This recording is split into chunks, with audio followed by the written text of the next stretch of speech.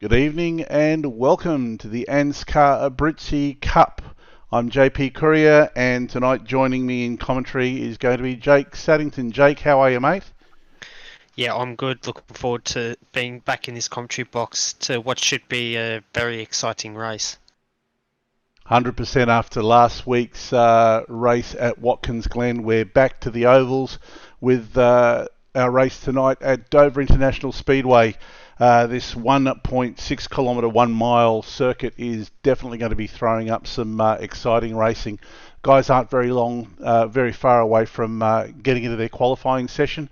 And so far, it's been a bit of a seesaw between Danny G, Jason Martin, Jason Hardigan, and Josh Micklemore for the top spot in practice. Yeah, and if you remember back a few weeks ago when these guys ran here at Dover earlier in the year, it was a sensational battle between Jason Hardigan and Jason Martin. And by looks of those times, which those two are separated by 0.02 of a second, so it looks like their exciting battle is going to continue again tonight.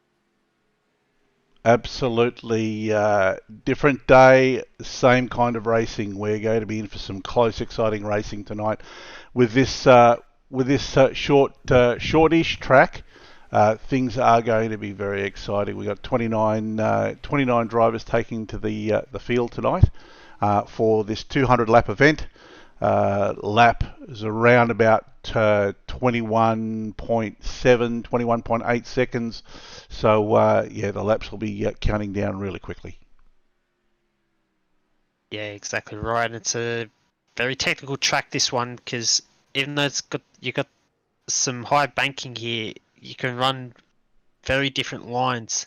So it's going to open up the racing where some drivers just like to hug the bottom, and some drivers like to drift up and then come back down and treat the turns 1 and 2 as a double apex.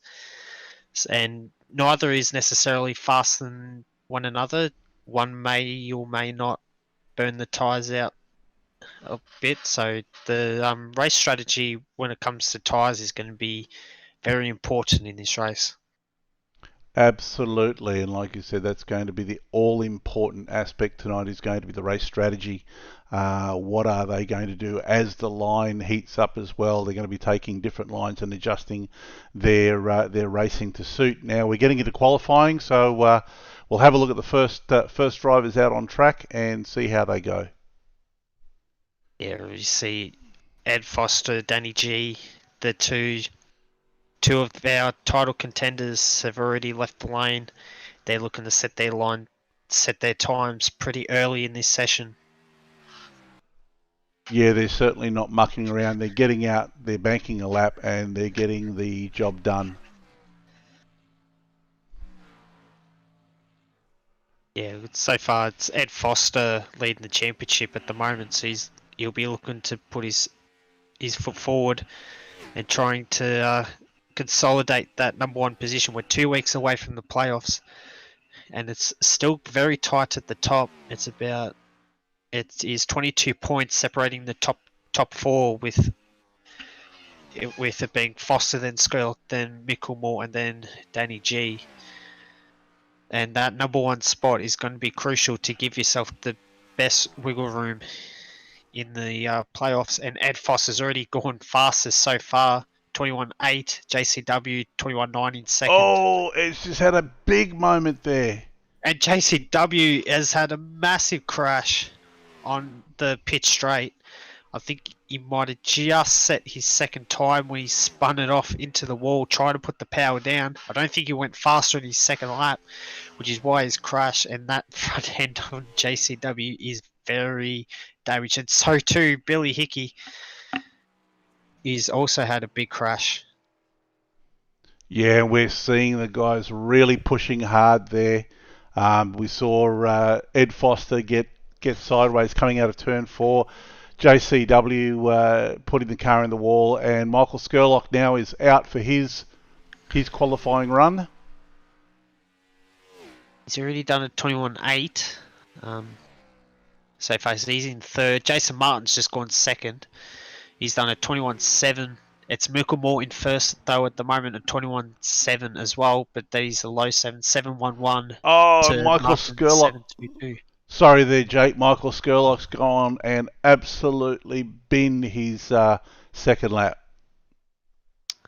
Yeah, it's unfortunate. It leaves him stuck on a 21.839. He's in fourth position on that second row, probably on the outside lane. So that could hurt him at the start and give Hamish Gallagher, who's currently in fifth, if he stays fifth, that'll help. That'll be a good chance for Gallagher to sneak up into fourth place on the start. And there we see James Robbie hit the wall coming out of turn 4. So these guys are pushing as hard, as hard as they possibly can. Yeah, it just shows with these short track races, it's so easy just to go a little bit too heavy on the loud pedal. That's all it takes for these monsters to spin around. I think these cars on the short tracks can get close to 700, 800 horsepower, and they're very easy to spin on these short tracks. Yeah, like you said, it's they've got to be really diligent getting the power down on these cars, and as the track progresses as well, and the tyres wear, we're going to see these cars getting more and more out of shape. Yeah, it's got Justin Kosh at the moment. He's just completed his 2 flying laps. He might be just circulating even more at the moment, just to get a bit more practice in. It's one thing. Some of these drivers will be looking to get some extra practice in at the end of this qualifying session, while others will just park it up in the pit bay and just rest up for the race. As we've got 200 laps here, it's going to take its toll on a lot of these drivers, especially if we get a few safety cars and it drags this race time out past 9:30. Absolutely. I mean, you look at this and you say, a 1 mile, 1.6 kilometre track. How hard can that be? 200 laps. But trust me, come the end of the race, these guys are absolutely worn out. Yeah, and it makes it even worse when it's you're in a tight battle, maybe in the pack or at the front, fighting for that lead. When the gaps are very close, it takes all that mental concentration to maintain that edge over your rivals, and it can take it out of any driver, even the professionals. Absolutely. All right. Well, we've got the qualifying over and out. Let's have a look at the qualifying positions here.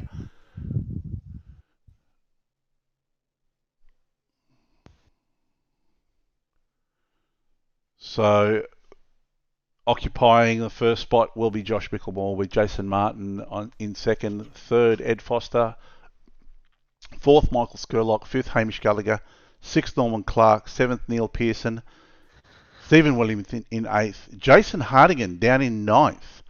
JCW rounding out the top 10. Let's get to the grid and we'll take over from there. Yeah, I'm actually shocked by Hardigan's qualifying position. He's normally up in the top 5, so for him to be down in ninth, he's obviously made a meal of his second lap, and that could hurt him at the start. But that being said, 200 laps, and we know from experience that throughout this entire series that Jason Hardigan is often raced his way to the front. He's got a few wins already this season, and you just never know with these races. Any one of the top 10 can win it tonight. Absolutely, these guys, anyone, like you said, anyone in the top 10 has got that chance of winning it tonight. Let's carry on with the rest of the grid there, going from 11th down. So Bradley Allison in P11, Mirko Dortnack in 12th.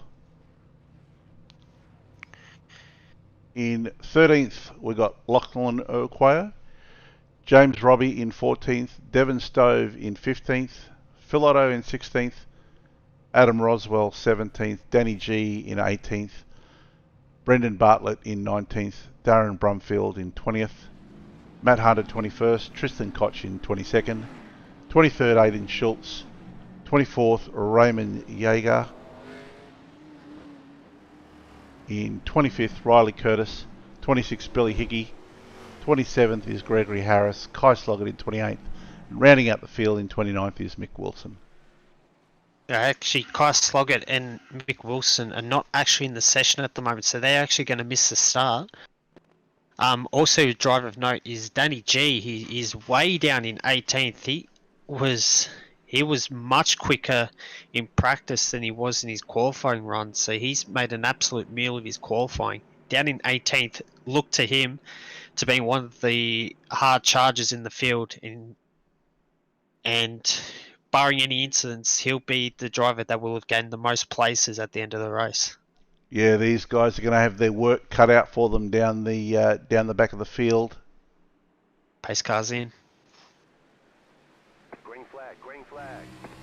Green flag, and Josh Micklemore gets a brilliant start. Jason Martin right behind him. This is exactly where these guys want to be.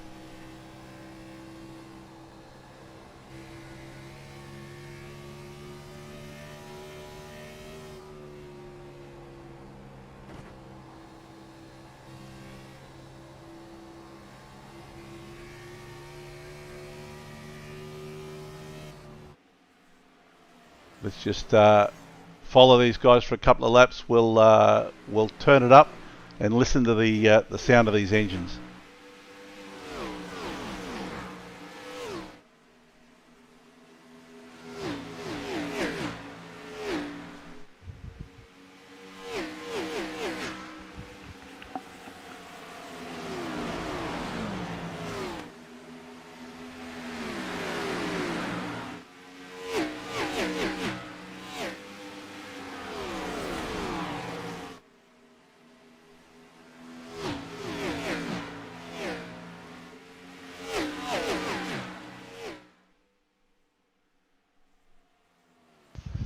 Great start from these guys, with Josh Micklemore leading them off, Jason Martin and Ed Foster behind, and it looks like they're quickly starting to settle down into a bit of a rhythm. Yep, Danny G already up to 15th. Two losers at the start were two of the JP Simshed cars. Norman Clark and Jason Hardigan got massively sideways coming off a 2 on the opening lap, and they've fallen way down. Hardigan's now working his way back up. He's into 18th now after starting 9th. And Norman Clark is in 22nd, having started 6th. So those guys are the big losers so far. But it's still a long way to go. Yeah, 100%. But that's just going to make their job even harder, as we're on board with Jason Hardigan looking at Aidan Schultz there, looking to make a move, showing the nose, but has got nowhere to go at the moment. He's just going to shadow Aidan and see if he can make a move coming through here. Oh no! Aidan's blocked him off, and Hardigan's in the wall. So there's still no caution yet, so... He's managed to keep the car going. And it looks like we've got another car that's had an issue, Billy Hickey. Yeah, he just pulled over to the side of the road, so he's obviously got terminal damage and he's had to pull over and get the car towed. Still no safety car for that though, which is very, very peculiar, because normally when there's cars stationary on the circuit, that will bring out the caution. Yeah, that is unusual. That hasn't triggered the pace car, but anyway, race on. And everything seems to be copacetic here at the front of the field, with Josh Micklemore in first, Jason Martin second, Ed Foster third, Michael Skurlock fourth, Hamish Gallagher in fifth. And just a weird one, I just noticed Jason Martin the last couple of weeks, he's been slow to start the races, but once the drivers get about 6 to 10 laps into the race, that's when Martin starts to reel the front runners back in. So must be a thing of Jason Martin just being able to keep the tyres in better nick than everyone around him. Yeah, that's exactly what I was going to say. He's playing that game of nursing his tyres early on and then as everybody else starts to drop off, he just makes his move.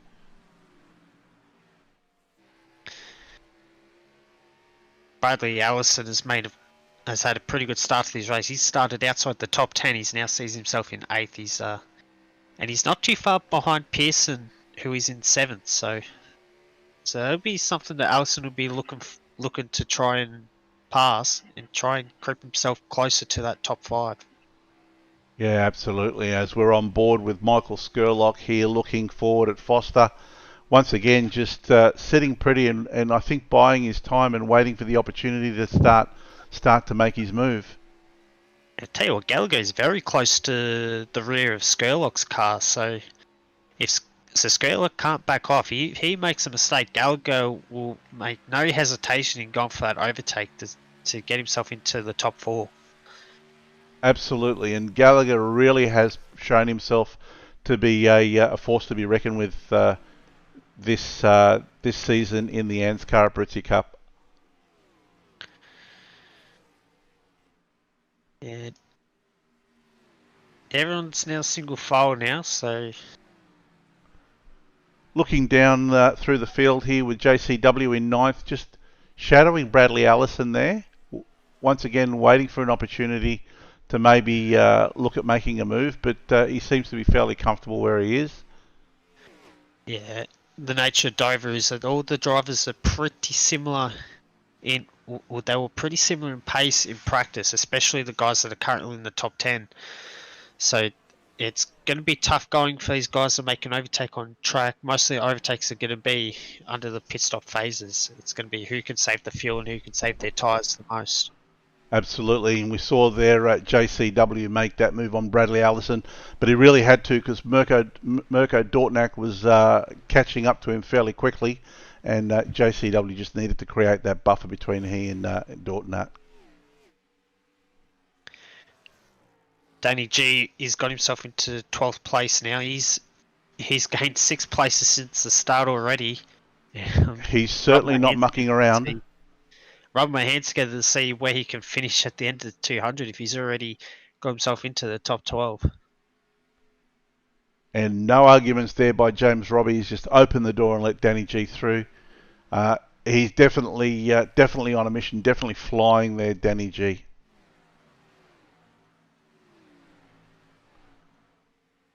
In fact, it looks like Stephen Williams has had the best lap of all the drivers so far in this race, but they're all very similar. The best lap times have been 22.2s, 22.3s, but they're currently down in the 23s now as the tyres have now starting to hurt in performance. Yep, and that's as you Martin is right up behind Mickelmore now, giving him a push. Exactly, and this is putting these guys in the box seat. They're going to draft each other and try to have a bit of a breakaway. But then again, Martin, as you said earlier on, he's nursed his tyres. His tyres are probably a little bit better now, and he's just waiting for his opportunity. Yeah, and it's good to see Mickelmore back at the front. He's struggled a bit the last few races. He's been languishing at the back of the top 10. So it's nice to see him back at the front and in contention for a race win. Early days so far, I know we're only on lap 21, 22 at the moment. But and look at this. It looks like Martin's looking down the inside, but he's sticking behind. So he's putting the pressure on his teammate. Martin might be looking to try and give Martin the lead when the timing is right. Yeah, look, these guys are all part of the same team, but there's no love lost, and they race hard.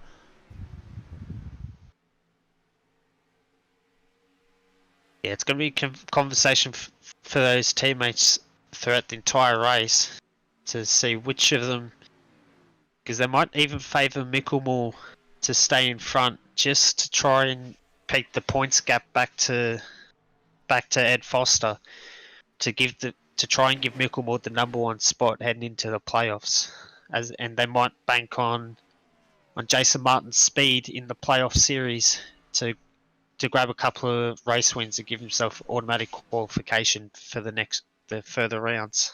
Absolutely, and as you can see there, Top five, their lap times are fairly consistent. Last time around, 23.8 for Micklemore, 23.9 for Martin, 23.9 for Foster, 23.9 for Skurlock, 23.9 for Gallagher. Yeah, the fastest driver in the top 10 was Pearson on that last lap, so he was able to close in a little bit, but he's 2.5 seconds back. And on a short track, that's a long way to come back from. Yeah, absolutely. Let's see if we can go down the field and see what's happening a little bit further down. We've got Phil Otto here on Devon Stowe. Having a look, just going high there, setting himself up.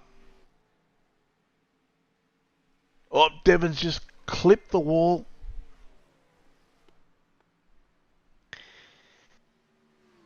It's easy to do when the cars run right on that edge.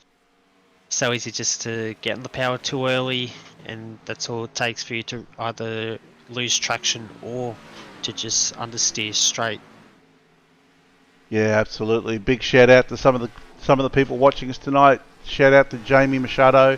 Thanks very much for your tip there, mate. Let me know if the car sounds are any better.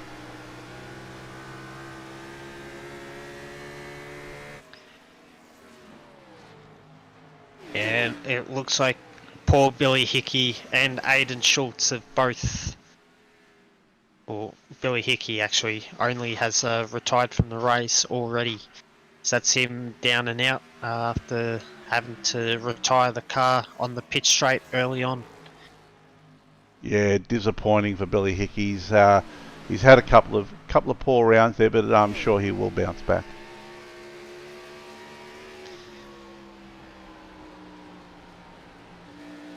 And I'd say Kai Sloggett will be fuming that he hasn't been able to get into this race early. He had some good pace in practice, and it would have been interesting, or would have been cool to see him fighting in the top 10, as he would have made it very interesting. Yeah, absolutely. He was asking earlier on today about trying to get into the chase. He's missed a few rounds, but he's come back really strong in ANZCAR, and he's come back fairly strong in the Nationwide Tracking Systems V8 series as well.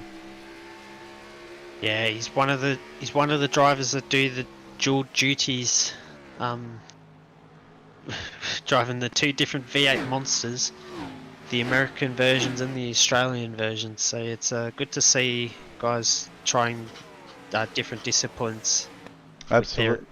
Sim racing. Absolutely, and Martin's just fallen back a little bit into the hands of Foster there. Yeah, looks like he might have made a mistake there.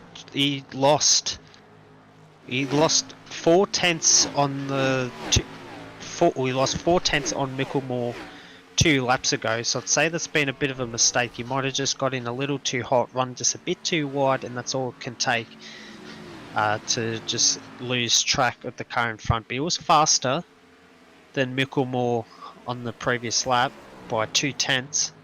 As just updates now, so he's catching back up, but he'll be trying to make sure he doesn't make that mistake again, or that'll let Foster through and give Foster a chance at the top 2, even the race win. Yeah, 100%. And here's another picture of consistency. Ed Foster now, he knows how to drive the car and save the tyres, so he's probably been playing that long game as well, and now his tyres, if they're feeling a little bit fresher than the other guys, he'll start pushing a little bit more. Yeah, that's exactly right. And just looking through the field, Danny G has now got himself into the top 10, so he's having a brilliant run, a nice comeback drive. Norman Clark as well, he dropped back out, and at the end of that first lap he was in 24th position. He's now in 18th place. Yeah, great drive back by Danny G and Norman Clark. Jason Hardigan, on the other hand, being involved in somebody else's incident, that's hurt him a little bit. He's driving around with damage now, so he's going to have a very long night tonight. Yeah, I think he's about to be lapped if he hasn't hasn't been so already. So yeah, Hardigan will be spewing those early incidents that he's had, and it's going to be a long way back. He's got to try and keep himself the lead car on that. That'll be one lap down, so when the safety car comes out, he can get the lucky dog and come back through. Yeah, absolutely, and it's amazing how the fortunes change in the ANZCAR series last week. Jason Hardigan was our race winner at Watkins Glen, but this week he is having all sorts of bad luck. Yeah, it sounds a bit like what happened to Marcus Ambrose in his NASCAR Cup career back in the late 2000s, early 2010s. Yeah, and as we look down here, looking at Devon Stove coming under pressure from Raymond Yeager here. Oh, he's just disappeared, so I don't know what's happened there.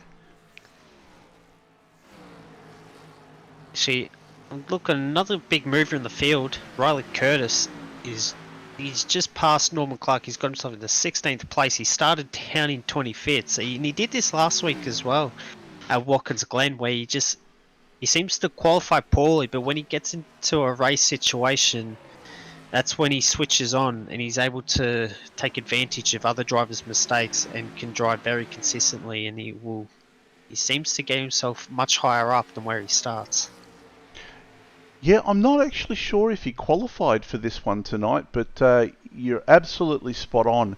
He's been driving consistently and smoothly, and he's just picking these guys off one at a time and edging his way through the field. And Danny G is now into 9th place, so he's gained another place. He just passed Dortonac a couple of laps ago, and he's now closing in behind JCW, and I would guarantee that Danny G will pass JCW within the next couple of laps. Danny G is looking all kinds of racy, although Danny G's last lap was a 24.22 as opposed to a 24.25 from JCW, so JCW's not going to make it easy for him. It won't make it easy, but gee, Danny G's got some really good pace. Yeah, he's definitely got the eyes on.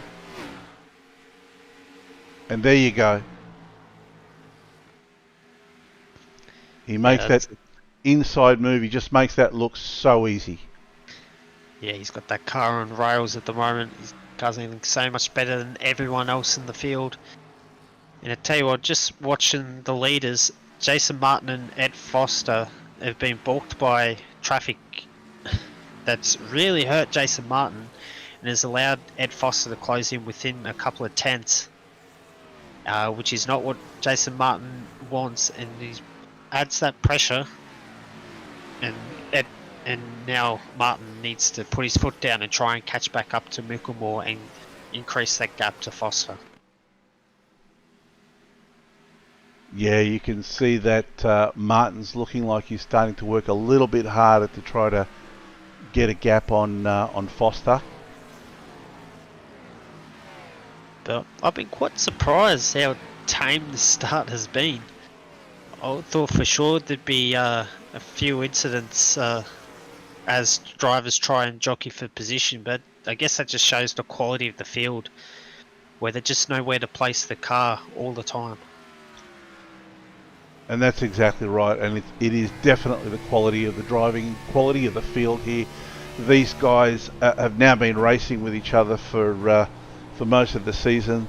They're really getting more and more comfortable with each other as every week goes by, and it really does reflect in their racing. Yeah, exactly. Danny G's now creeping up behind the back of Stephen Williams, and that could be a move that's on the cards in the next 10 laps. Didn't quite research how much these guys can travel on fuel, but you'd imagine they could be getting close to a pit stop. Yeah, look, I mean, with their lap times sort of coming down, we're at the 48 lap mark there. Yeah, we're not. You would think we're not very far away from a stop. Yeah, it's hard to say. I mean, if these guys pit onto fresh tyres now, they'll be running about 2 to 3 seconds faster than what they currently are. The tyres sort of stabilised a bit. They've been running in the 24s for the past few laps, so I think it's going to be a little bit before they drop down to the 25s. When they start getting down to 25s, 26s, then that's the point where they'll be definitely looking to try and make a pit stop. Yeah, absolutely. But as it stands, look here. Jason Martin has been able to get in front of Micklemore, and I don't know what's happened there. Micklemore must have had a moment because he's fallen right into the hands of Foster. Yeah, he might have had a bit of an incident with some lapped traffic. Not quite sure what has happened there. And that's the thing with the stock car racing is the lap traffic does not have to get out of your way. It's game on for them, and Foster is now making a move on Micklemore. Actually, maybe Micklemore's tyres have dropped off. I mean, Ed Foster's just passed really easily on Micklemore, and now Skurlock could be fancying his chances. There's a car in the wall.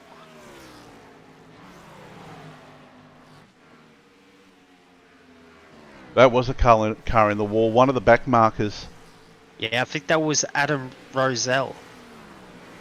He tried to give room to the leaders coming through, and he's given a bit too much room.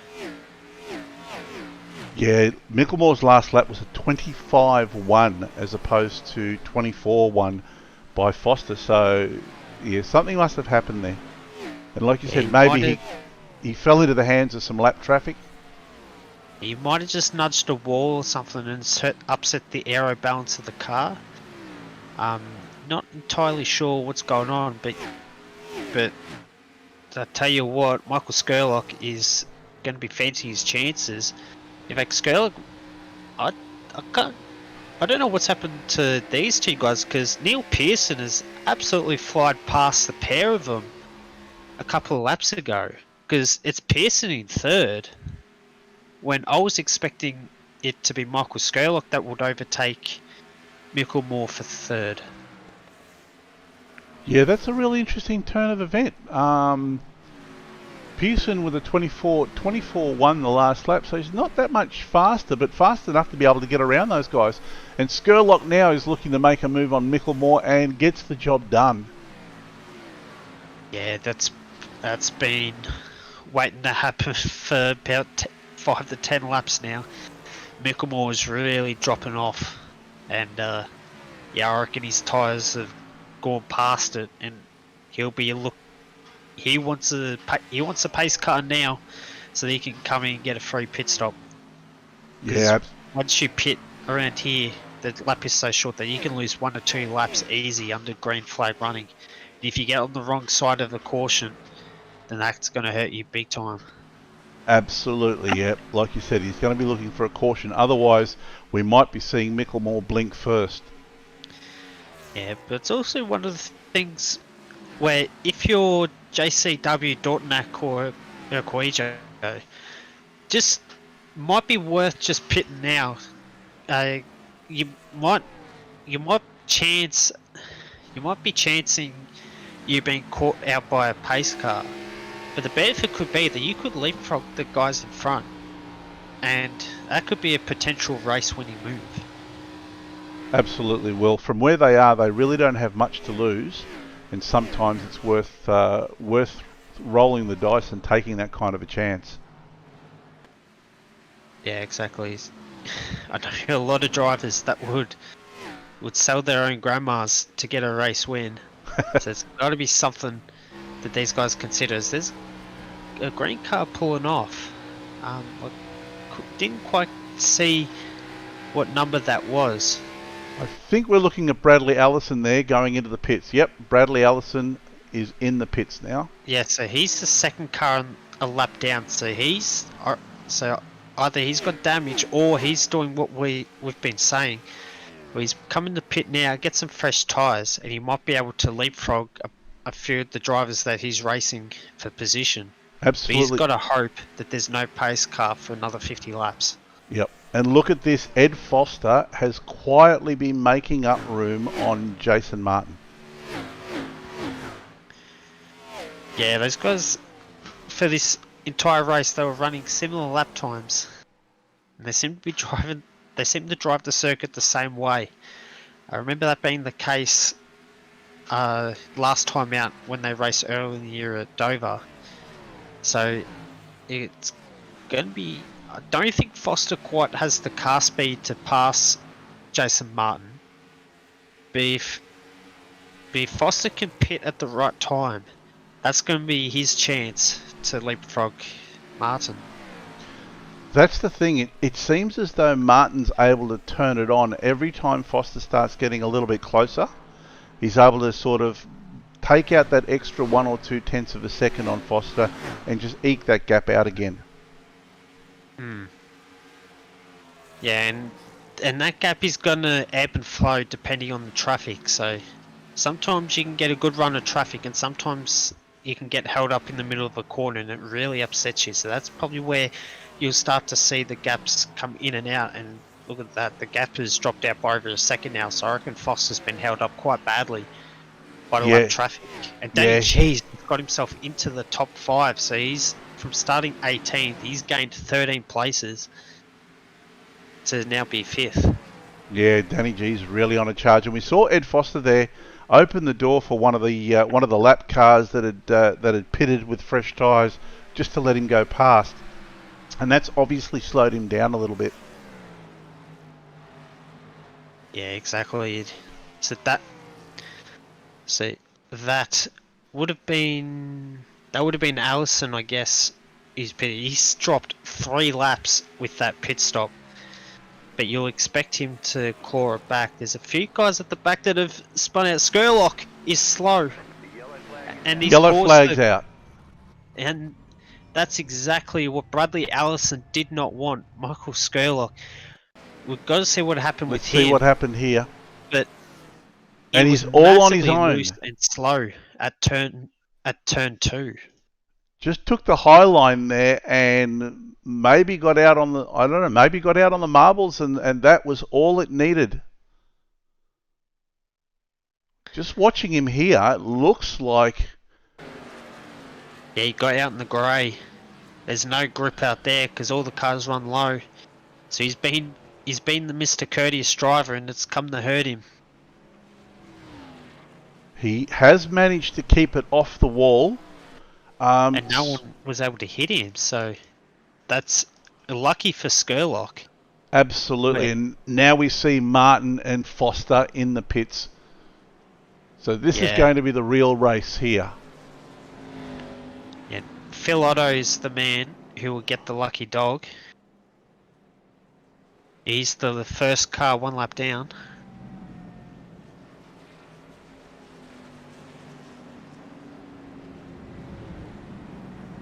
We'll see if we can get their transition through the pit lane.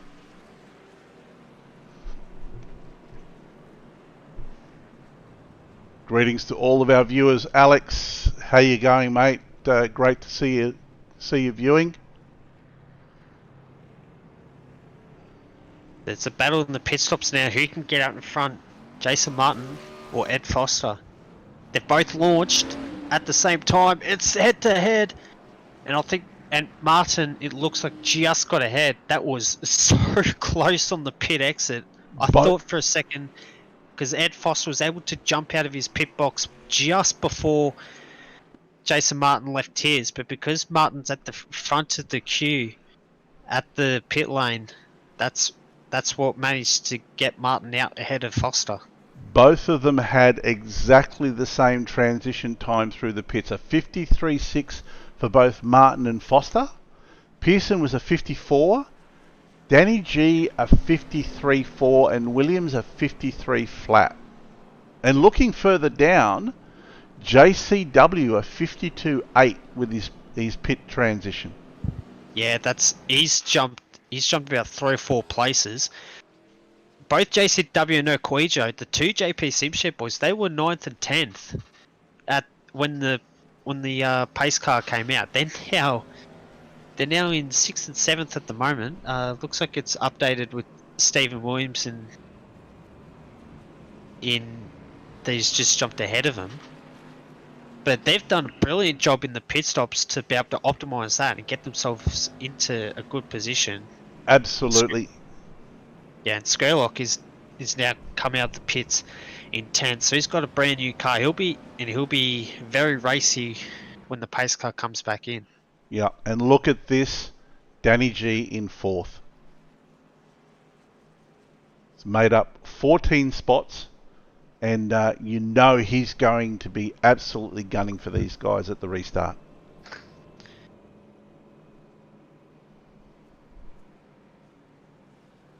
Shout out to Alex there saying he's going good. Missing racing tonight, so have to settle for watching. Hope you're enjoying the broadcast, mate. Now, I'm very interested to see if Hardigan, Curtis and Norman Clark were able to get their lap back.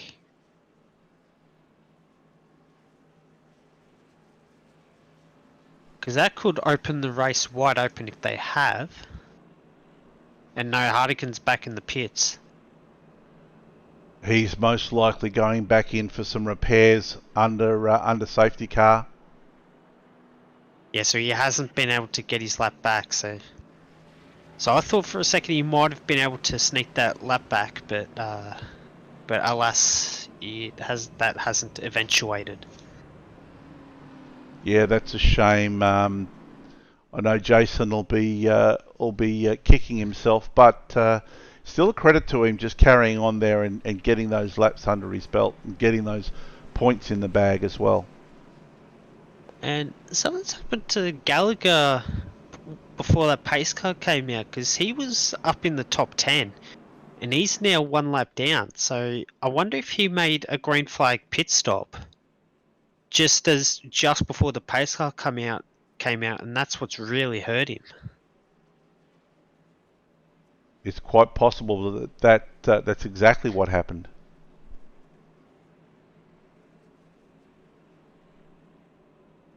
Because there's a couple of cars in front. Okay, there's a Brumfield. So yeah, cars have been left through now. So that's Brumfield and Gallagher have been waved around. So they might be able to get themselves back on that lead lap. Which they'll be stoked about. And we'll see Norman Clark there. He'll be able to get himself back on the lead lap as well.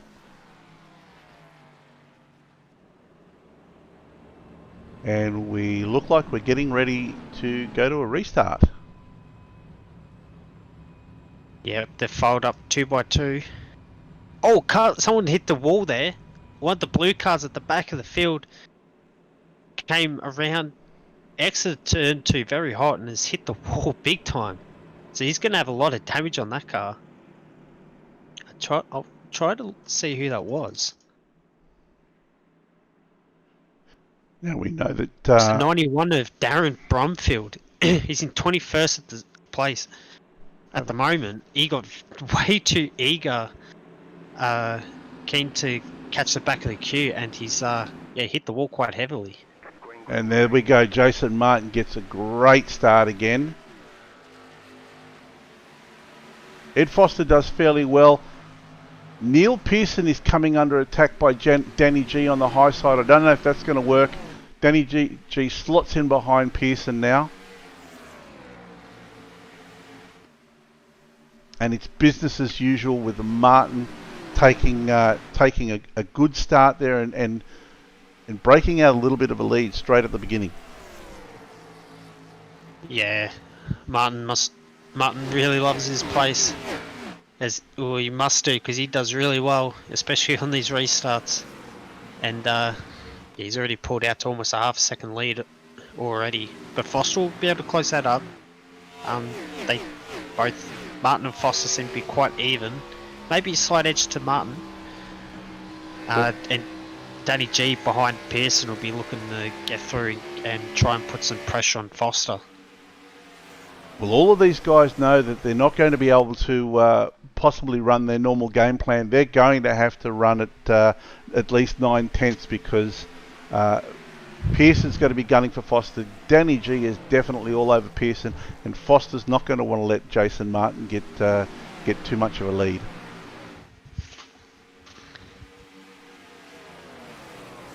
Yeah, very exciting at the moment. JCW is right behind Stephen Williams. He seemed to lose a bit coming into turn 3. Starting to steady out throughout the field. Pearson's getting close to Foster. But I think it's going to be single file for a while to come in the top 5. Yeah, I'm kind of thinking these guys are going to maybe hold station for a little while. Let things start to equalise and then start to push once they see the driver in front of them maybe sort of make a mistake or two, or if they feel that their tyres are starting to go off a little early. Yeah, exactly. It's hard to see whether these guys will be able to make it to the end from here. It could be interesting where I'm not quite sure where they were in fuel terms when they pitted. So they may need another stop, or if some drivers are very light on the throttle, they might be able to save enough fuel to get to the end from here. But I don't think that's going to be a viable option because you'll lose too much time. That's the thing. They're really going to have to. The guys at the front are going to have to push. They're going to want to at least keep that, if not build that lead up. The guys behind them, of course, they'll be able to have the advantage of a little bit of fuel saving with the draft. But and here we see Phil Otto just get moved on by Riley Curtis. Something must have happened at the restart because Mickelmore, Curtis, Otto and Clark have all lost significant amounts of time on that restart. Yeah, it's very interesting. Mickelmore down in 10th there. His last lap of 23.3 as opposed to 22.8 from Jason Martin, and that just goes to show the advantage of being in clear air. Yeah, Mickelmore spewing that he wasn't able to maintain that pace he had at the end of that second stint, because that's put him down in 11th place. He's behind Michael Skurlock, and that's going to be a tough time to claw back the lost time. Yeah, it's going to be a big ask for him, but these guys really know how to pedal these cars, so there's still quite a bit of racing to go. There's anything that can happen from here on in.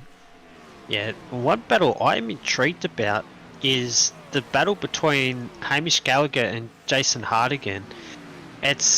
Although on paper it is the battle for 15th and 16th, but what it actually is the battle for the lucky dog. If another pace car comes out, whoever's in that 15th spot is going to receive that lucky dog. That'll see them get their lap back and contend for a top 10 finish. Yeah, you've hit the nail right on the head there. That's exactly where they're going to want to be. Looks at this stage that Hamish Gallagher's got that locked away, and we're seeing Riley Curtis starting to put some pressure on Jason Hardigan here. Hardigan's gone in a couple of times to get some repairs done, but I just don't think that his car is at optimal at all. And here we see Raymond Yeager looking down the inside of Riley Curtis there, making the move stick. Although Riley certainly doesn't make it easy for him, but he hangs Riley up on the high side and he gets through.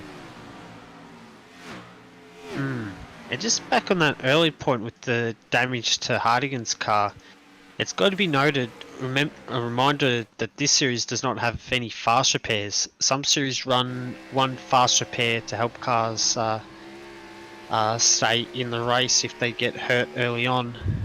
But this series, there are no fast repairs, so it's up to the drivers to make sure that you stay clean and don't hit anything. Because as soon as you hit anything, especially these cup cars where you may not think it, but they are aero dependent, and as soon as you damage the aero on the car, that's where your race is essentially over, and it's a battle for the entire race just to get the thing home. 100% Jake. I mean, with these sorts of cars, even 2/10 of a second, if you're losing 2/10 of a second a lap on a lap that takes 21 seconds, by the end of the race, you are going to be hurting. It's going to see you down the back of the field. And we're watching here Neil Pearson having a look on Ed Foster and making that move easy on Foster. I'm just wondering whether Foster's just nursing his tyres and waiting to make that move again. Yeah, that could be the case. We saw that in the first stint where it was Micklemore that Foster was able to let lead, and then at the end of that stint, that's where Foster and Jason Martin made their big gains. Yeah, and it takes a lot of discipline when you've got guys as fast as Martin Pearson and Danny G around you to sort of maintain those laps and keep your tyres and try to get have that extra edge when the time comes further on into the stint. Yeah, and that's why, well, that's exactly why Ed Foster is leader at the points at the moment, just by being the most consistent driver in the field. I mean, Jason Martin's won a lot of races, but he's down in 5th in the points because he's had those bad races, and that can hurt you in a championship run. 100%. I mean, everybody wants to win races, but it's consistency that really counts. And if you can finish there or thereabouts at the end of the race, you're just going to keep grabbing more and more points, and that's what Foster has done. Yeah, I guess drivers like Jason Martin and Jason Hardigan will take solace in the fact that even though they've won races and then have bad ones, when it comes to playoff time, that's where it's the race winners that get rewarded the most. Yeah, absolutely. Although with this kind of racing, they sort of figure that if you're in the top 10, that's pretty good going. So most of the guys, when they're finishing in that top 10, they're pretty happy with their performance. But everybody wants to win, and there's no substitute for the number one spot. Well, one guy that's actually showed some surprising pace around here is that Lachlan Urquijo. He's often down most of the series, bar 1 or 2 races. He's been down in, say, the 15th to 20th position, and last week he was outside the top 20. But this week, he's actually been able to get himself into the top 10, and that's on pure pace. That's not just on strategy. Yeah, 100%. I mean, Lachlan is the rookie of the JP Simshed team. This is his first full season in ANZCAR in Cup Car racing. He's had a little bit of bad luck in the last few rounds, but this round, like you said, he's being able to get to 8th spot on pure pace alone. He's made five spots, and I have a feeling that he's sort of making sure that he's trying to stay out of trouble. So if he feels that somebody is faster, he's just going to let them go, race his own race, and try to finish as high up as he can. Well, that's exactly right, especially with playoffs just around the corner. He's not in playoff contention, but especially his teammates, Ed Foster, JCW, Jason Hardigan, and even Norman Clark are up there vying for a spot in the playoffs. So he'll be staying out of his teammates' way and making sure that they can build enough points so that they can qualify and get us high up in the playoff order to give themselves a better chance of moving on to the second round of the playoffs. Yeah, for sure. And we're now watching Danny G starting to line Ed Foster up. Their lap times are almost identical as well, but it just seems that Danny G's got that little bit extra in the bag, and he's just waiting for his opportunity to get close enough and make a move on Foster. Yeah, we've seen, I mean, Danny G, it still shakes my head. He started in 18th place, and he's now in 4th. And I'll expect him to move into 3rd place in a few laps' time, if he can find an opening to Foster. Yeah, well, that's what it's all about. It's going to be about finding that gap putting a bit of pressure on Foster and seeing if you can make him make a little mistake, which is going to be pretty hard to do with somebody of Foster's calibre. But if anyone can, Danny G's the man that's going to be able to do it. And we see it week in, week out. It's usually these two fighting together. We're either seeing Danny G behind Ed Foster or the other way around, Ed Foster behind Danny G. Yeah, but I reckon Ed Foster probably won't be too unhappy if Danny G does get past. I mean, yes, Danny G's probably is only 22 points behind, but it's not that many points difference between third and fourth in the points tally. I think it's only about 1 or 2 points, if that. So yeah, it might just be worth Ed Foster just let Danny G go through, because the guys in second and third in the championship, Michael Skurlock and Josh Micklemore, they're well down the order. They're in 10th and 11th place. Yep.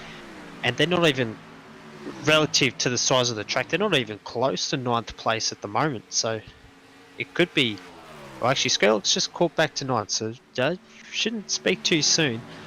But it is the fact that Skurlock and Micklemore are down in 10th and 11th place, which Ed Foster will be over the moon with, as that increases the buffer to second and third in the championship.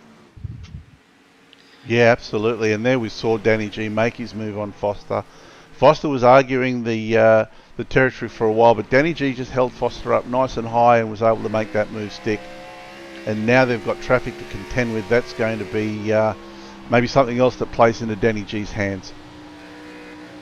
Yeah, but also the guys that are being lapped have just got to make sure they don't drift too wide and hit the wall, because that's when you make your day. It's already bad enough going one lap down, but it gets even worse when you go one lap down and you start having damage to deal with on your car as well. Yeah, that then brings all sorts of troubles to their race and just makes it even harder again for them. Yeah, exactly right. Still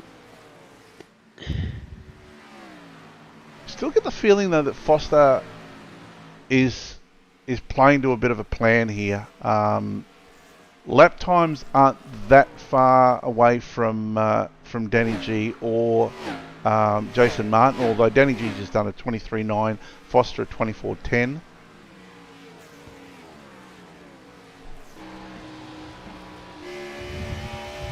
Yes, he was the slowest car of the top four, but yeah, he'll just be looking to just pound the laps out. He's got a gap to fifth place, Stephen Williams. Stephen Williams is actually doing a brilliant job this race. He started in 8th, he's now in 5th. He's gained places, especially with Josh Micklemore, Jason Hardigan, and Hamish Gallagher all striking trouble outside the top 10, and Michael Skurlock as well. So he's taken advantage of those guys' woes to get himself in the top 5, which he'll see as a confidence booster heading into playoff time. Absolutely, and we're sitting here with James Robbie looking back towards Michael Skurlock in 11th place, just shadowing James Robbie, waiting for an opportunity to maybe make a move as well. Yeah, just wondering if Skurlock does have a bit of damage, because he hasn't made the progress that we sort of expected. We saw him go wide and have a spin, but it didn't look like he hit anything, so I'm a bit surprised that he hasn't been able to make the moves like what Danny G has been able to do this race. Michael Skurlock's a little bit of a late bloomer sometimes. You'll see him sort of languishing and you'll almost cat him out, and then with 20 or 30 laps to go, all of a sudden he'll start to take off and make grounds. Yeah, and of course Skurlock had a brilliant run at Watkins Glen last week, so he would have carried a lot of confidence into tonight's racing, but I get the feeling that his confidence might have just waned a little bit during this race. He just hasn't seemed to just quite be on it as well as he was last week. Yeah, maybe this track just isn't in his comfort zone, and that incident that he had might have put him off, and he's decided to play the safe game. Yeah, exactly. He's second in the points, so he doesn't want to look. He doesn't want to drop out of the top four. Although you'll be getting close now with Danny G starting to creep up towards the win. Danny G probably may miss out on bonus points unless he can sneak a run at the head of the field come the end of the race. Now, this also could be part of the Mitch Motorsport plan. I know that these guys race for their own wins, but they, with Danny G's pace, if he can get past Neil Pearson, they might move him to the head of the field to consolidate some points for him and get all of these guys in a great position for the playoffs. Yeah, and that would be why probably that Micklemore held the lead for so long, just to try and give him at least a good shot at getting the points for most laps led. Although with his pace falling off as it did, that's probably going to give those bonus points to Jason Martin. Now we're on board with Steve Williams here. JCW is catching up to him. Last lap, Williams did a 24.1, 24.2 for JCW. But it does seem that JCW just looks a little bit more settled there. Yeah, it just would be a bit more experience for JCW when it comes to the oval side. Maybe for Stephen Williams, I'm not quite sure on the history of Stephen Williams. But it could just be JCW being more consistent than Williams. So, although the pace may, even though Williams might be able to stretch it out over 2 laps, he might just make a critical mistake that lets JCW claw back up. 100%. And here we see Danny G on the back of Neil Pearson's. I think that we're going to see a move very soon. Yeah, Danny G's car's been, he's been quite comfortably the fastest car over a race stint.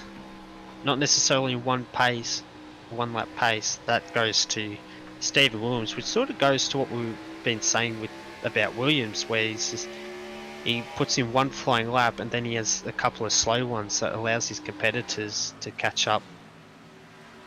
It just looks like Danny G's car's just been more settled than anybody else tonight. I mean, his car looks good. The back end doesn't seem to be stepping out. The car looks to be tracking really nicely. He's about to make a move on Neil Pearson here, and the car's just gone down off the track there. Not sure who that was. Doesn't look like he's hit anything.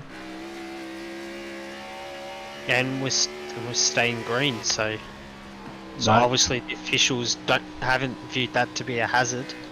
No, it didn't look like he hit anything. It looked like he just ricocheted off the top of the wall there and headed down to the track, but it looked to me like he was able to regain control of his car. And while all of that was going on, Danny G just made that move on Neil Pearson, and now he's just starting to walk away. Yeah, and then now Danny G's got his sights on Jason Martin, and if you can get enough of a gap on Pearson, then that could put into place where the Mitch Motorsport guys will manipulate a way for Danny G to lead a couple of laps, and then they might give the place back to Jason Martin, and then they'll race. They can race then for the race win between the pair of them. 100%, and we're still seeing this battle going on between JCW and Steve Williams here. JCW's got the gap pegged back to about 2-3 tenths of a second, but Steve Williams is doing a great job staying out there and keeping JCW behind him. Yeah, I'm looking a bit further back. The battle for 9th place between Robbie and Skurlock. Skurlock's car looks a lot more settled than Robbie, but for whatever reason, Skurlock just can't quite get a run on Robbie down the straights. He's starting to creep a bit closer now, so he's within range where he can slingshot past. But it just seems like Robbie just has better drive out of turn 2 than what Skurlock has. Maybe there is a bit of aero damage to Skurlock's car. He might have just bumped into the back of someone earlier in the race. Yeah, well, let's have a look and see if we can at least have a look at the front of his car from James Robbie. See if there's anything going on there.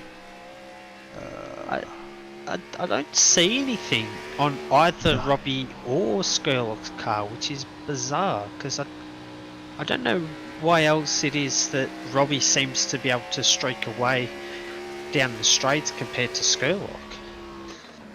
It could just be the magic of iRacing there, showing no damage where there might be some. But yeah, you're right. Robbie seems to be a little bit have that little bit of an edge over Skurlock. Although, like I said, Skurlock could be buying his time and waiting to make his move, just sitting behind Robbie there, maybe saving a bit of fuel. So for his last stop, he won't have to put as much fuel, and he'll be able to go out and go as hard as he possibly can. Yeah, I just don't know how long you would be willing to just sit and buy it. They've already dropped out to 13 seconds behind Jason Martin now. Robbie's actually lost it, and that's actually allowed Skurlock to get through now. So that was a massive mistake from Robbie. He just lit the rears up, and that was all Skurlock needed as an invitation to get by. Yeah, and he would have seen that and just said, know exactly where to go here, and just motored on past him. But Josh Mickelmore, he's just baffling me. You know, he had such good car speed, but it just has not translated into a good race car. And he's just letting cars through now.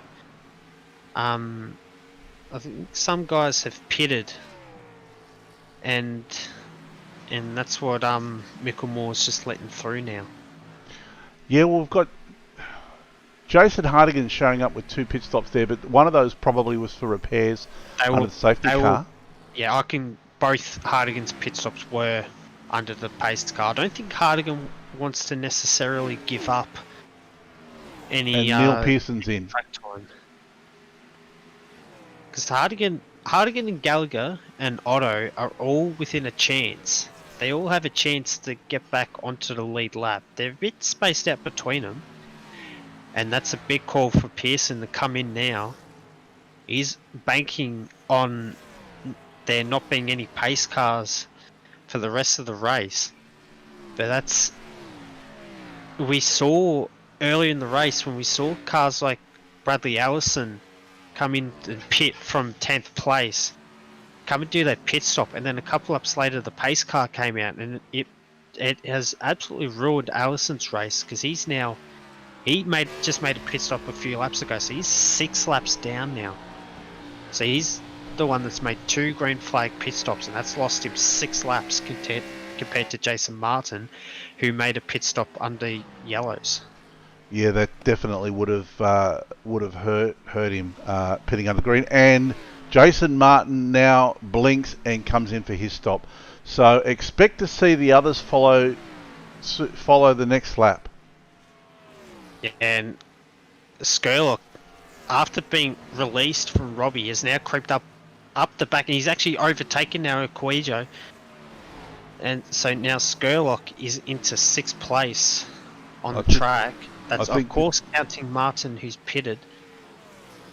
Danny G's in now, and Ed Foster's followed. So Skurlock was the fastest driver on that previous lap, and that might have been the strategy call that Skurlock is playing, where he was just conserving the fuel and tyres to give himself a better chance that if a pace car comes out now, Skurlock is in the best position to get a result out of it. He really is, but it's a kind of a catch-22 when you've got these guys these front runners that have pitted, they're going to be coming out on fresh rubber, so they're going to set some blistering times for the next few laps. Do you stay out and hope for a safety car, or do you cover them off and then use your pace to get through the traffic and maybe try to get up to these guys? Yeah, well, that's the thing where with the guys that are staying out, they're desperate for a pace car before they run out of fuel in the tank. 100%. And Skurlock now is going to be held up by traffic. Yeah, he's trying to put the foot down now, and he wants to get by these cars in front and try and give himself a good chance he wants to get in front of these guys and lead the field, so that when the pace car does, if it comes out, Skurlock is in the best position to lead the field for the final round of pit stops. Absolutely. And you saw their JCW coming out of the pits, and just with those that fresh rubber was just able to walk away from these guys and just open up a gap straight away. And now we've got Lachlan that's come out of the pits, and he's doing the same thing. He's just monstering Skurlock, and he is gone. So yeah, but those guys are still one lap down, so they've got to do that again to get their lap back. Skurlock could be hanging on for dear life, and he's hoping for a pace car. That, by the looks of the way the race is run, it doesn't look like the pace car is going to come.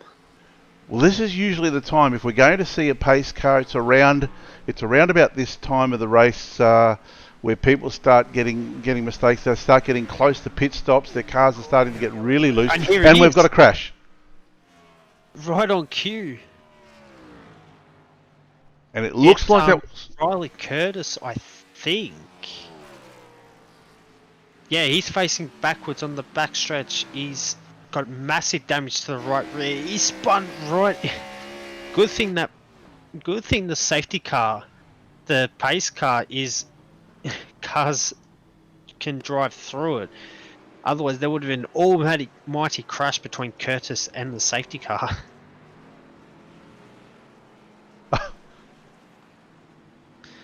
So I'm just having a look at the replay now to see what happened to Riley Curtis, and he's just lost the big time exiting turn 2, and he's hit the wall big time. And this is the call that we were making. This is the call. This is probably played right into the hands of Michael Skurlock. Well, that's exactly right. He is pretty much lead of the field. All the other drivers will probably... it looks like they're going to get their lap back. But Skurlock is on the freshest tyres. And he's going to... And that means at the end of the race, Skurlock will be able to set faster lap times than Martin. And I reckon this could have also played into Hartigan's hands. Because when they crossed the control line, Hartigan is ahead of Martin, which means Hartigan will pit under the yellow, and he'll be on the same lap as Jason Martin. Yeah, this is definitely going to work in their favour. Yeah, same with Bartlett as well. He'll be able to get a lap back. I think Bartlett is down. He's down in 19th, so he's one lap behind the leaders. But he's one out compared to the likes of Allison and Brumfield and Koch. And that's Gallagher in the pits as well. Gallagher's got massive damage to the right rear. He's hit the wall. He's either been hit the wall or been hit by a driver quite severely. And this is the turning fortune of racing, folks. Gallagher was looking so strong, and now he's in with damage. Same as Riley Curtis was looking really strong, and that spin has just cost him big time. Yeah, see, I've just looked at Hardigan's car. He's got front left damage that he sustained early in the race. So that's what's hurting his speed. Gallagher's speed is going to be hurt by that right rear damage. So all the cars that are in the pit seem to have some bits of damage here and there. I'm just going to see. I think Hardigan's going to be able to stay on the same lap as Jason Martin.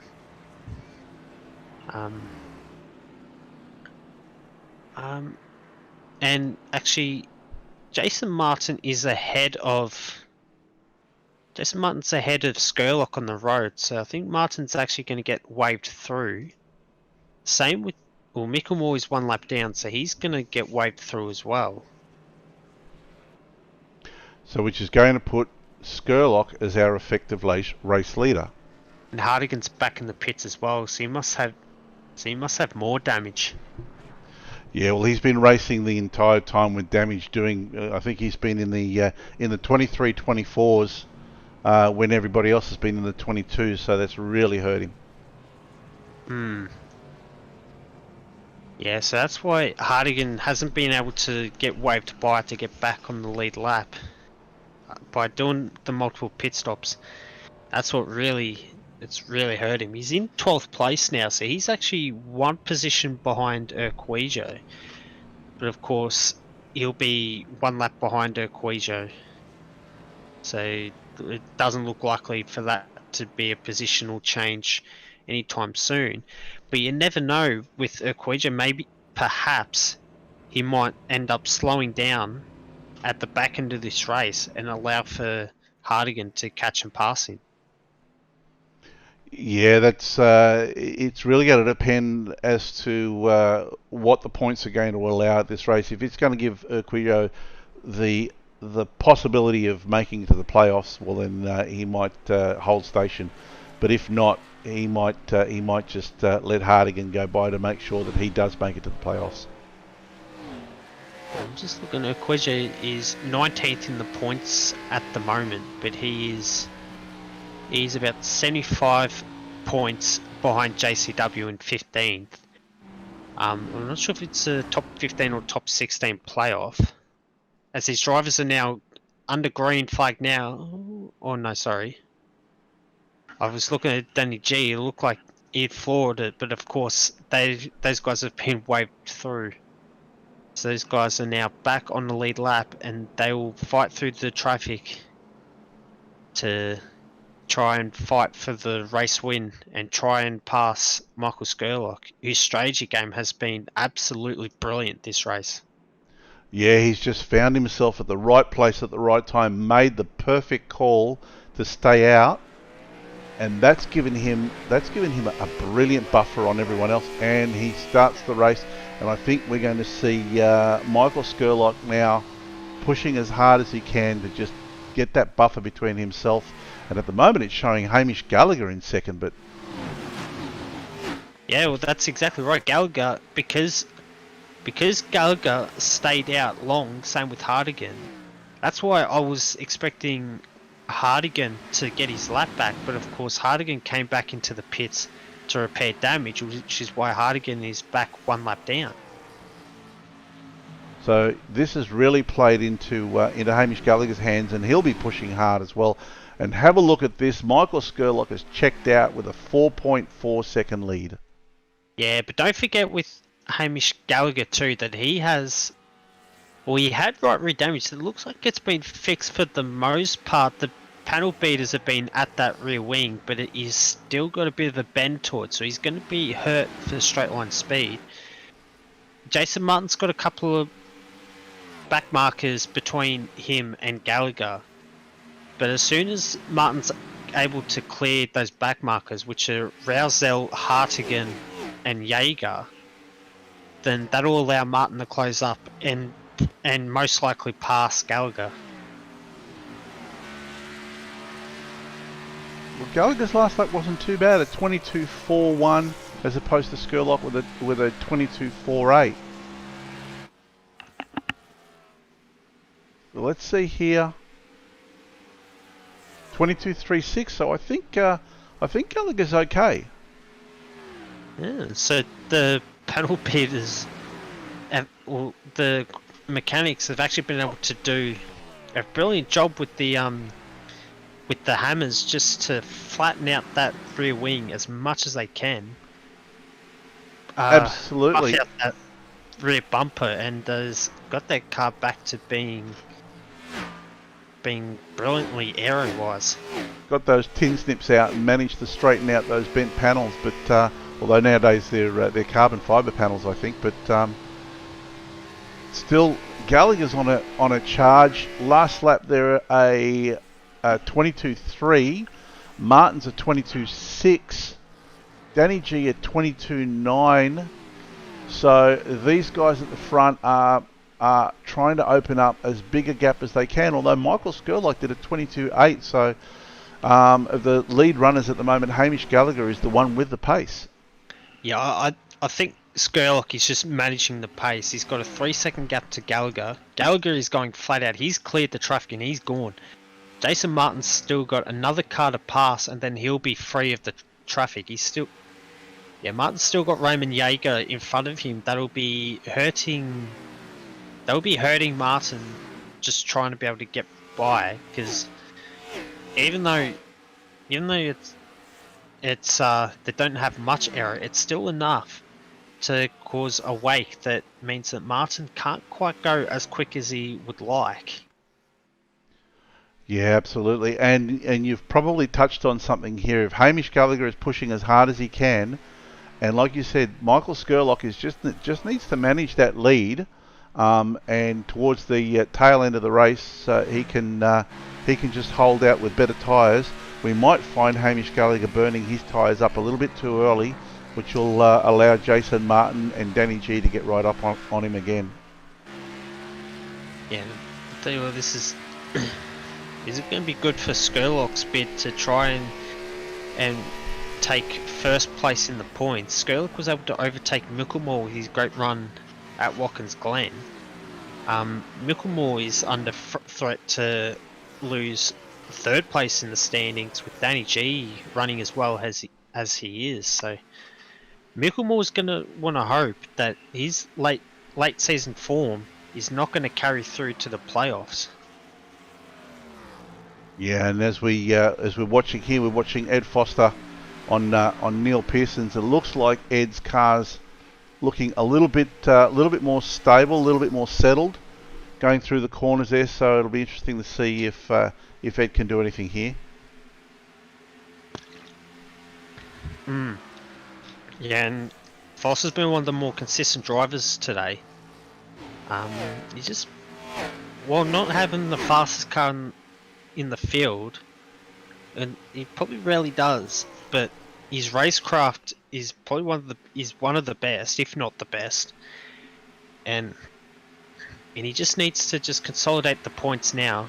And if he can catch him past Pearson, which he's threatening to do at the moment, he's got better car speed than what Pearson does at this point in the race. So this is all about damage mitigation for Foster now. He just needs to try and creep up towards that top 5, top 4, get as many points as he can to try and consolidate that first place in the standings, particularly with Skurlock leading the way.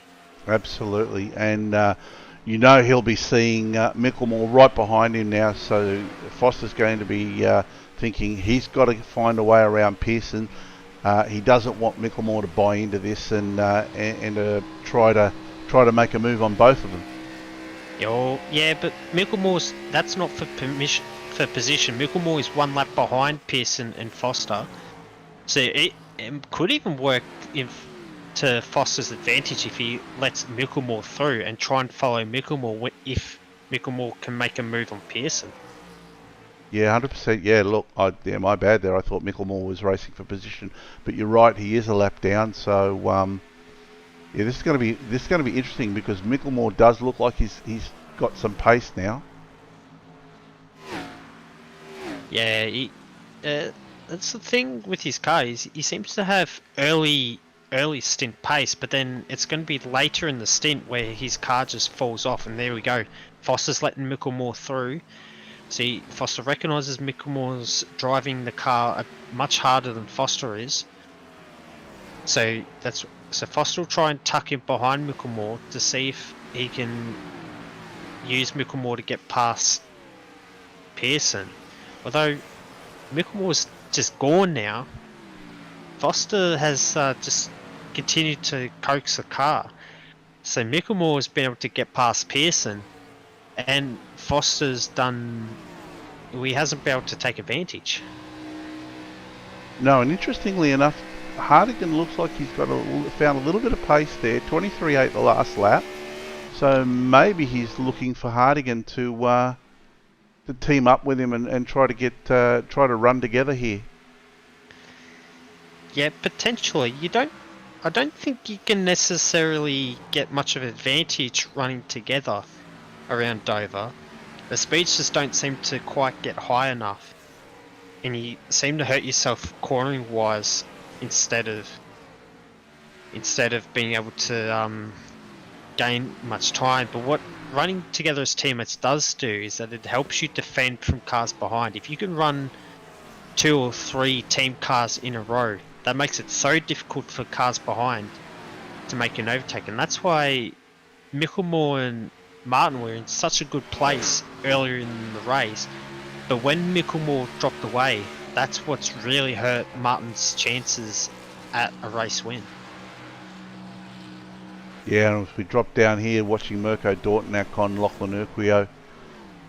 Lachlan's done a great job. He's in ninth, and like you said, he's done it all on his own pace. So yeah, great run tonight by Lockie. Yeah, it's one thing, he prides himself on being able to do quite well on the short tracks. It's those 1.5 oval tracks that he's really got to, and the speedways too, he's really got to learn how to drive the cars quick and while saving the tyres around there. And if he can do that, then he'll be able to, and perhaps in the next season of the ANZCAR Cup Series sponsored by Abruzzi, that could be his chance at being a playoff driver. Yeah, I mean, this is his first full season in the driving the Cup cars, and he's definitely come a long way. So yeah, he's still got a little bit to learn, and I think as he progresses, he's really going to become a force. Yeah, I'm just looking, as we're now on lap 171, lap 172. It looks like James Robbie is now starting to put the pressure on Ed Foster as well. So it's Pearson, Foster, Robbie, 5th, 6th and 7th, all very close to one another. And I reckon Robbie will be eager to try and get past Foster. I don't know if Robbie just tagged the wall there, or if he managed to get away from it. But he's fallen down a little bit, but he's coming back at Foster now. Oh no, he did. He definitely hit the wall. He drifted a bit wide exiting, so that's going to hurt his car. He's closed up to Foster again, but those knocks can really hurt your car in a long run, and as that'll wear your tyres out a lot faster. And once you start doing that, that could see him fall into the clutches of JCW. Yeah, and we've seen it so many times in so many races. Foster Foster runs his own plan, and really has the discipline to let the guys go past and then pick them off one by one as his tyres are much fresher than theirs come the end of the race. Yeah, and such is Foster's lines through these corners that it opens the door invitation for cars behind to make that move, which is what Robbie is doing at the moment. It's running side by side for a few corners now, so Robbie's not quite got that consistency that Foster has. Foster will be getting annoyed at this. He wants Robbie to just get by, but Robbie just can't quite get that. He doesn't quite have the throttle control that the front running guys have, and so it takes Robbie a lot longer to make the overtake than what it would have done for Foster. Yep, and what this has done is it's basically held Foster up because it's held him up on the high side, and it's really given a bit of a free kick to Neil Pearson here. Yeah, exactly right. That's given Pearson a 1 second lead that these guys should be able to close back up, but it's not something you want when you're trying to conserve your tyres. And we can see now that Michael Skurlock is just started to eke away from Hamish Gallagher. He's got that lead out to 4.3 seconds again. Last lap for Michael Skurlock was a 23.9, whereas Hamish Gallagher was a 24 flat with a 23.9 by Jason Martin. Yeah, and that's what that saving that tyres at the start of that stint was all about. Was we saw it drop to under 3 seconds, but that is just due to Skurlock being much easier on the car, which is going to start paying dividends further down, because of course Skurlock pitted a couple of laps after Jason Martin did, so he's got fresher tyres and he's been able to run the car much easier. So barring any more incidents, it could be Skurlock winning the race. Yeah, it's looking rather promising at the moment, but still got a fair bit of racing to go. And once again, this, with these last few laps to go, this is where some of the guys start to pull out all the stops, so to speak, and really start to go 10/10ths, and things can get unstuck for them. Yeah, and Robbie's now that he's cleared Foster, he's now closed right up to Pearson. He's looking very racy. They're still got just under 20 laps to go. They're on lap 182, lap 183. So that's what's allowing. Oh my! James Robbie has almost got cleaned up by Tristan Koch exiting turn 4. Robbie was looking to make a move for 5th place on Pearson, but Something's happened with Robbie. Pushed his way through, and he slowed right down. Yeah, you must have hit that wall again. In fact, I did miss that last bit. I saw Robbie he moved out wide because Koch forced the issue. He's hit the wall again. That's the same spot he did a few laps ago. He must have got a meatball flag from that, which is why he's had to come into the pits. So that is very unfortunate for James Robbie, and that's probably what you get for being way too courteous to other drivers. Sometimes you just got to place the car where the car behind says, well, you can force the issue, and if you spin, it takes both of us out. But if I give you the spot, it's just only going to take me out. Yeah, it's really unfortunate for Robbie, but Koch had been into the pits the lap before, or a few laps before, and was on much fresher tyres. So that's I guess that's how racing is sometimes. Yeah, but sometimes you've got to you always got to think, if you always have to say to the cars behind that, yes, you're faster, but if you're going to be faster, you've got to do it around the outside, because I'm not going to compromise my race line when I'm racing for position, especially when it's 5th place. Yeah, 100%. Especially when you're in that top 5. Everybody else, for them, it's all about diminishing returns. So, yeah, you're kind of right there. I mean, I think James Robbie was his own worst enemy there. Yeah, he's cost himself 10 places, which is a lot of points. I mean, yeah, it might only be about 11 points, but that's a lot of points. to give up just by a simple mistake. Absolutely, and we've got 12 laps to go, and Jason Martin is gaining on Hamish Gallagher here.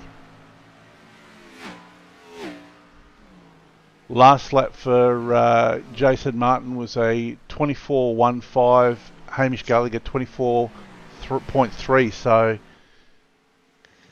this is going to be really interesting. This race for second. Yeah, and that's going to be as a cost of Gallagher spending those petrol tickets early at the start of this final stint. When the pace car first pulled in, Gallagher pushed so hard to try and close the gap to Skurlock. He closed it into within, I think it was within 2 or 3 seconds it got to, but just pushing that hard that early, way too quick, is all it's taken now. He's burnt the tyres off, and Martin has got the massive advantage at the moment. Yeah, and you can see, I mean, he's now down to about just over 0.2 of a second, and he is, there's not much that Gallagher's going to be able to do. I think it's pretty much over and out for him. Yeah, but there's a bit of a gap back between Martin and Danny G. Gallagher's just got to hope he's got enough laps under the belt to where Danny G can't quite catch him. Yeah, and this is a smart move by Gallagher. Rather than holding both of them up and trying to hold Jason Martin out, he's taken the high line, let Jason Martin go, and he's hoping, like you said, that they've got enough laps that he can hold Danny G off. Yeah, but Danny G's closing rapidly. I think either the last lap or last 2 laps, Danny G's closed by half a second. Of course, that's induced by Gallagher running wide to let Martin through. Now that the laps are stabilised, last lap for Hamish Gallagher 22, call it a 24.3, Danny G at 24.1. So yeah, I mean, I think Hamish Gallagher is going to be holding on here, holding on for dear life. Looks like Robbie's back into the pit, so he must have smacked the wall again, and he's going to be back in for more repairs. Yeah, that's a real shame. That's all it takes. It's just a simple mistake. Yeah, Danny G's going to know 5 laps to go. He knows he's faster than Gallagher. He wants to stay. He wants to make points on Foster. What do? Do you hold station and take 3rd place, or do you go for broke and see if you can close that gap between yourself and Hamish Gallagher? Sorry, 4th place, or do you try to get on the podium with your teammate? Well, it's just it's a wait and see thing. I guess you don't want to. One thing you don't want to do, especially when you're in playoff contention, you don't want to anger other playoff drivers. You don't want to force any moves that could result in revenge being taken in the next round, which can hurt your placing. So, unless there's a real opening for Danny G, it's probably better to hold 4th place. He's got 6 places or 7 places on Micklemore at the moment. So for Danny G, he's half a chance to sneak into 3rd place at the end of tonight's running, or if not, he'll be very close to 3rd. Yeah. Yeah, there's 6 points between 3rd and 4th between Micklemore and Danny G, so it's almost enough difference to give Danny G that 3rd place in the standings. Yeah, 100%. And we're almost down to that last lap, and it is the final lap, the 1 lap to go by hybrid racing simulations. So play the smart game, take that 4th place, don't do anything silly. Yeah. And we see now Skurlock is now coming around turn 4. And that's Skurlock. He played the strategy game perfectly, and he wins at Dover 2nd time round. Yeah, absolutely. He called it absolutely perfectly, and well deserved win. Absolutely brilliant. And I don't know if that was a victory drift or a frustration drift for Martin, who led so much of that race only to be foiled by a pace car. Yeah, it's certainly disappointing, but yeah, great win by Michael Skurlock. And as I said before, you can never count Michael Skurlock out. You know, he looks sometimes, you know, he might be a little bit slow, but you know, when it counts, he puts the pressure on, and yeah, he also knows how to work the strategy. Yeah, and I tell you what, Hardigan is being able to recover quite well that race. He fell back to 24th place after that early incident, and just by driving around, albeit with a damaged car, he's got himself 12th place at the finish, and only just missed out on passing Micklemore for 11th. Fantastic. Well, let's go through the race results here. Your race winner, Michael Skurlock. Jason Martin in second, Hamish Gallagher in third, able to hold off Danny G in fourth, Neil Pearson in fifth, Ed Foster in sixth, picking up more vital points for his championship and going into the playoff. JCW finishes seventh, Mirko Dortnack in eighth, Lachlan Nurquio in ninth, Josh Micklemore in 10th, Jason Hardigan, like you said, 11th place, Steve Williams in 12th, Norman Clark in 13th, Phil Otto in 14th, Raymond Yeager in 15th. 16th, we've got Adam Roswell. 17th, Brenton Bartlett. 18th, Darren Brumfield. 19th, Tristan Koch. James Roby, unfortunately, there, falling victim to the wall a couple of times there in 20th place. And then 20th through to 29th, we've got Matt Hunter, Riley Curtis, Bradley Allison, Devon Stove in 24th, Aidan Schultz in 25th, Billy Hickey in 26th, who retired, and Greg Harris in 27th, Kyle Sloggett, and Mick Wilson being your non-starters, I think. Yeah, all three did not start the race. A bit of shame for Kyle Sloggett, probably most of all out of those three, who had speed to finish top 5 tonight. Yeah, absolutely. And that's just the like we always say. That's just the fortunes of motor racing. He had the pace, but it just didn't come to him when it counted. Yeah. So if you'd like to do the honours, Jake, I'll bring down our third place getter for the evening. And here we have Hamish Gallagher, third place. Congratulations, mate. Oh, hi JP, how you doing? Not bad at all. Yourself? Yeah, I'm feeling pretty chuffed on the total fluke, but I'll take him. You can get him, you know. Absolutely, mate.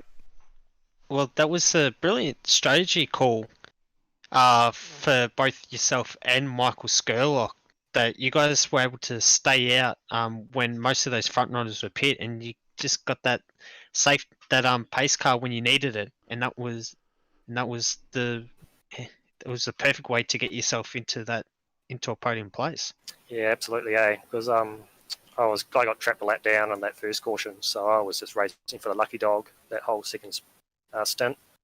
But Jason caught the back of the lead lap cars anyway, so I lost it. So I figured, the only way I'm going to get back on the lead lap is stay out and hope for a caution, and that's what happened. So just rolled perfectly for me. So that damage you got on that right rear, was that self-induced? Oh no, I don't. I think I spun entering the pit lane because my rear tyres are so worn I couldn't get it slowed down. So I think I hit the pit lane. That's made a little bit of damage. The damage wasn't a big concern. I was really just because I got trapped a lap down. That was really my only issue. Yeah, well, I was very surprised. I saw you come out of the pits and it looked like your mechanics had just done a great work panel beating that rear spoiler to get it flat enough where it didn't seem to affect you for that final stint. Yeah, the car got a lot easier to drive over the run. That first stint, that was out of control the entire time. I don't know how those guys at the front were as fast as they were. I was just holding on the entire time, but got a bit of cloud cover going later in the race, and it got a bit easier to drive from that point on. So good, JP. You got any questions you want to ask Hamish? No, Hamish, like I said, congratulations, mate. Third place, well-deserved win. We saw you took off there on the restart, and I thought, oh, has he maybe gone a bit too hard, a bit too early? But mate, you managed to hold on for third. Well done. Yeah, I wasn't going to fight Jason at the end. I felt a bit guilty, to be honest. I was going to hold him up. He kind of deserved the win. He was so fast. But yeah, so I'll take third. Fantastic, mate. Any shout-outs you'd like to send before we let you go? Mate, I'll give a shout out to old Carl. I understand his computer's broken, so I hope he gets it up and running again. So he's back here in the combox. Yeah, so he can at least one of us can make sense. Yeah, I'm sure it was a long night for you guys. This oval racing stuff. Yeah, there were no turns the other direction. I had to figure it out quickly, but no, fantastic racing, mate. Well done. Cheers. Thanks, JP. Take care. All right, that was our third place winner, Hamish Gallagher. Let's bring down Jason Martin. Jason, P2 tonight. Congratulations, mate. Cheers, mate. Thanks for that. I know it probably wasn't what you were hoping for. You really had control of the race early on, but Michael Skurlock just managed to make that right call. Oh, yeah, I don't have much luck at the moment, either getting wrecked or just bad times for yellows, and yeah, that yellow came out at the worst possible time for me and all my teammates. Yeah, it was a bit curious there with all three of you guys seemed to pit at the exact same time. Was there any discussions between you guys as to maybe having one of you guys just stay out long to the end of the fuel load and just see if you could maybe fluke maybe or what happened tonight with the pace car coming out? Yeah, we probably should have, but if the pace car didn't come out, you would have been screwed on a long run. So you really had to pit then. Otherwise, if there was no yellow, you're going to go down further than that. So yeah, I think we made the right call, just unlucky. Yeah, it's a bit tough to see. It was tough to see Micklemore's car pace drop away, but when Danny G seemed to start catching you up in that second stint, was there any discussions whether to let Danny G through just to get some bonus points under his belt? If he caught up to me, yeah, I would have let him by, but not for bonus points or anything, just because he seemed pretty good on tyres, and I had a bit of damage from when I smashed the wall one time, so I was down a little bit on speed, so if he caught me, I would have let him by. Yeah, JP, you got any other questions for Jason? No, but yeah, look, I mean, I guess the one thing you can take away from all of this, Jason, is you guys have got the pace at the right time of the series, going into the chase, going into the playoffs. So you can, I guess, take heart that yeah, I'm sure there are good things to come for you guys. Yeah, let's hope so. Hopefully we get a bit more luck with the yellows and that. But yeah, should be good. Looking forward to the chase. I'll talk to the guys for you, mate. Anything will help. Any shout outs you'd like to send out before we let you go? Yeah, got to thank the boys at Mitch Motorsports, ANZCAR for the league, BK Designs for our lovely paints, yeah, JP Simshed for the broadcast. I know quite a few people who like to watch it, so yeah, thanks for that. It's always a pleasure broadcasting these races with the kind of racing that you guys turn on for us. Spread out a bit more than normal, but hopefully it was still entertaining elsewhere in the race for you.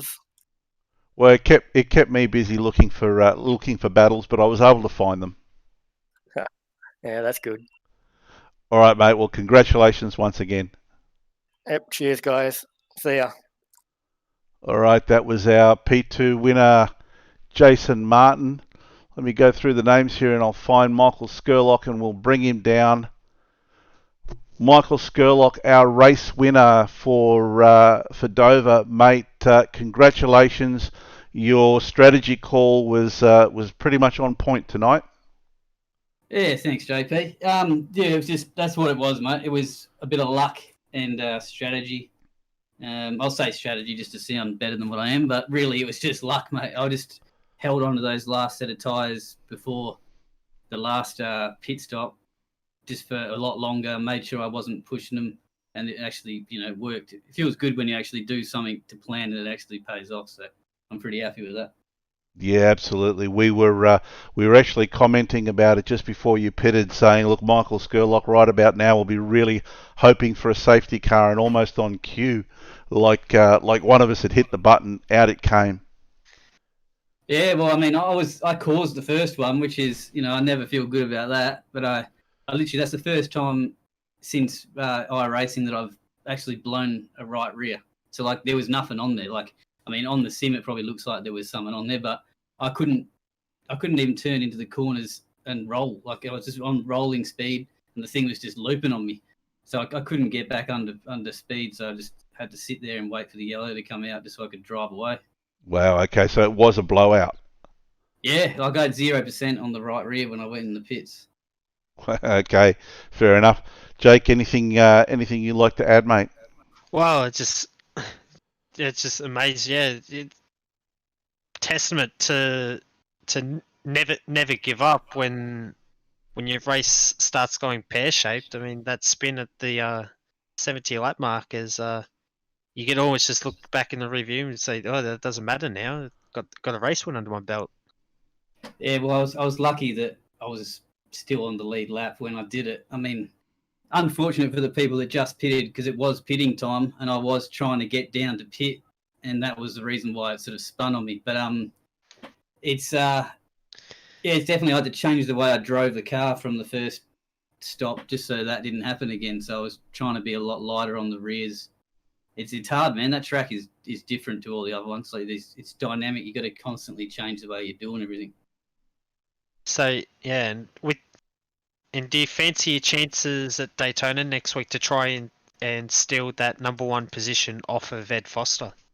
Yeah, well, I don't know. It's a crapshoot. It's not my favourite type of racing. I've won it before, but I get a bit claustrophobic. Like when everyone's stuck together like that, like stag beetles in a row, you get a bit freaked out, man. Like I find it so hard to hold on to the wheel. Some people love it, and I swear they're the sociopaths of the world. But I can't seem to. I just hate it. The whole time I'm out there, I'm hating it. But I'll do it. I'll give it my best shot. Absolutely sure you will, mate. Any shout-outs before we let you go? Yeah, just Pay Syndicate, Blip Clothing, BLIP Clothing. I feel like I have to spell that out because it sounds weird to say Blip for some reason. Worm Paints. It's one of the main iRacing paint dudes, and Racewire, which is the thing posted on the car there. And yeah, just everyone, all the competitors out there. It was a good race, and I'm sorry for bringing out the yellow there, but we did well for, I think there was only 2 cautions that whole race, so that's good around there. And I think the cars were loose tonight, so everyone did well.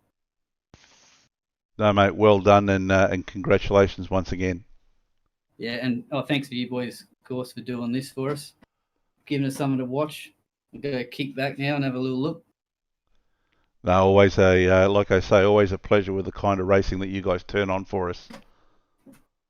Yeah, thanks, mate. Thanks, guys. All right, take care. Well, there we go, Jake. Another week of the ANZCAR Abruzzi Cup done. Another Wednesday night done. Next week we're on to Daytona for the last round before the playoffs. Yeah, and it's going to be an intriguing battle, that Daytona race. The Daytona 500 early in the year threw up a surprise result, and just wondering if we're going to get another surprise result next week. Yeah, that track always has surprises. You can never really pick it over there, but there are some strong drivers going into Daytona. So yeah, look, it's anyone's guess as to who ends up on the top spot for next week. But I guess while we're here, we should thank our sponsors for the event. These guys make it possible for us to run these events and to broadcast these events. Abruzzi Australia, Virtual Motorsport Mentor, Hybrid Racing Simulations, Track Cams for Gourmets, who always deliver these fantastic camera angles for us. iLiveries with their great paints and great work. And of course, with the Simshed Broadcasting on Monday nights, we're going to have the Club Day Masters, the MX5 races. Of course, Tuesday nights, the Nationwide Tracking Systems V8 Evolution Championship. Next week, we're on to Imola, and then Wednesday nights, we replay the Split 2 race from Tuesday night, and of course, always on the Thursday, the ANZCAR Abruzzi Cup. Anything you'd like to add, Jake? Not much really, except that I'm just pleased to be able to help out with the broadcast again. Hopefully Carl can get a PC going up and going so that he can join the broadcast next week. And yeah, thank you JP for producing these streams. The streams wouldn't be here without you, so you always do a good job picking the right camera angles, and even tonight, the last couple of weeks with the commentary, we're lucky to have you in the broadcast team.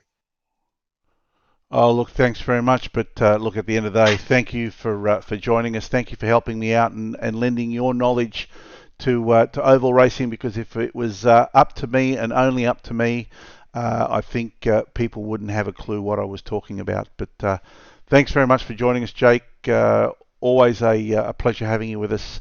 And thank you to everybody who joined us tonight, watched. Hope you enjoyed the racing, and look forward to bringing it all to you again next week.